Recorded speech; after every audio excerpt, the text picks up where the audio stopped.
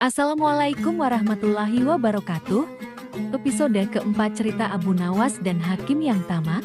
Pada suatu hari datang seorang wanita tua dan gelandangan ke rumah Abu Nawas untuk mengadukan masalah mereka padanya. Mereka kemudian menceritakan peristiwa yang telah menimpa mereka.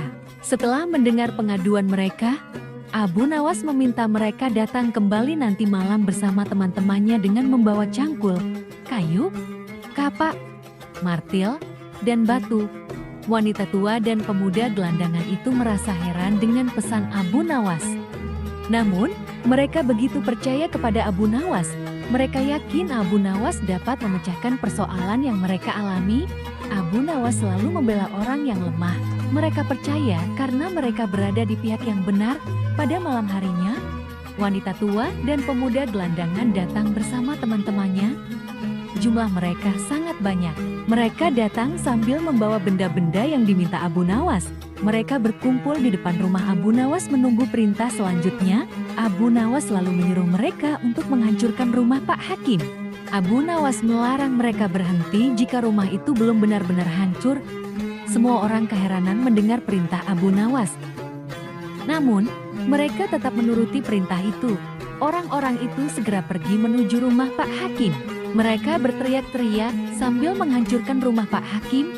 Penduduk yang tinggal di sekitar rumah Pak Hakim tampak kebingungan. Mereka bertanya-tanya apa yang sedang terjadi. Penduduk pun berusaha mencegah perbuatan orang-orang itu. Namun, mereka tak mau berhenti melakukan pengerusakan. Penduduk akhirnya hanya pasrah dan membiarkan mereka melakukan keinginannya. Pak Hakim terkejut melihat banyak orang ingin merusak rumahnya. Pak Hakim segera keluar dari rumahnya dan menemui orang-orang itu. Pak Hakim sangat marah. Ia menanyakan siapa yang menyuruh merusak rumahnya. Mereka pun memberitahu Pak Hakim bahwa mereka hanya disuruh oleh Abu Nawas. Setelah menjawab pertanyaan Pak Hakim, mereka bukannya berhenti, malah terus menghancurkan rumah tersebut hingga roboh dan rata dengan tanah. Pak Hakim tak berdaya melawan para perusak rumahnya. Jumlah mereka terlalu banyak. Hatinya sangat dongkol karena tidak ada orang yang membelanya.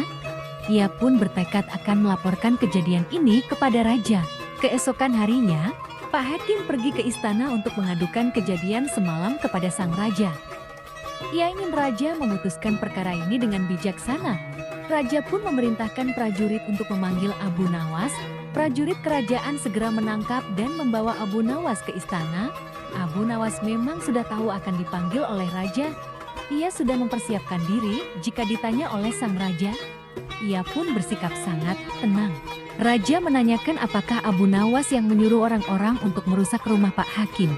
Abu Nawas mengakui perbuatannya itu tanpa rasa takut sedikit pun. Raja bertanya mengapa ia melakukannya. Abu Nawas lalu menjelaskan kepada raja, pada suatu malam, Abu Nawas bermimpi.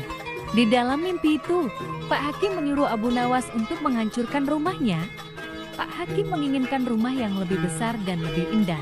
Karena mimpi itulah maka Abu Nawas menghancurkan rumah Pak Hakim. Raja merasa heran. Raja menanyakan apakah ada aturan yang memperbolehkan seseorang melaksanakan perintah dari dalam mimpi.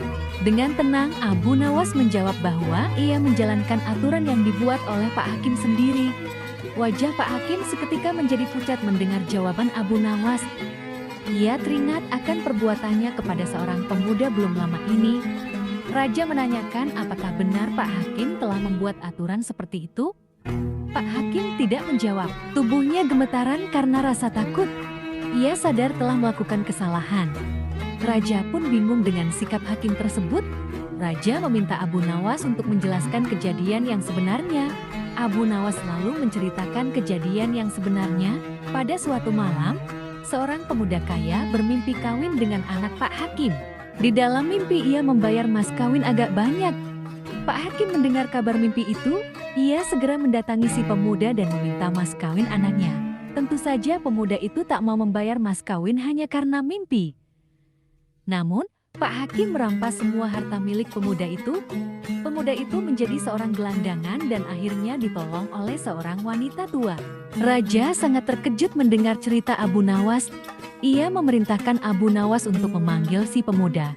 Raja ingin membuktikan bahwa Abu Nawas tidak berbohong. Abu Nawas memang sudah menyuruh pemuda itu menunggu di depan istana. Abu Nawas segera memanggil pemuda itu ke hadapan raja. Raja meminta pemuda itu menceritakan kejadian yang dialaminya. Ternyata, cerita pemuda itu sama dengan cerita Abu Nawas. Raja sangat murka. Ia telah salah mengangkat hakim yang tamak dan sewenang-wenang. Hakim itu dipecat dan seluruh hartanya diberikan kepada si pemuda. Pemuda itu sangat senang karena hartanya sudah kembali menjadi miliknya. Ia ingin membalas kebaikan Abu Nawas yang telah menolongnya. Ia akan memberikan sebagian hartanya sebagai hadiah. Namun, Abu Nawas menolak pemberian pemuda itu. Ia menolong dengan tanpa pamrih. Semoga bermanfaat ya, jangan lupa subscribe. Terima kasih.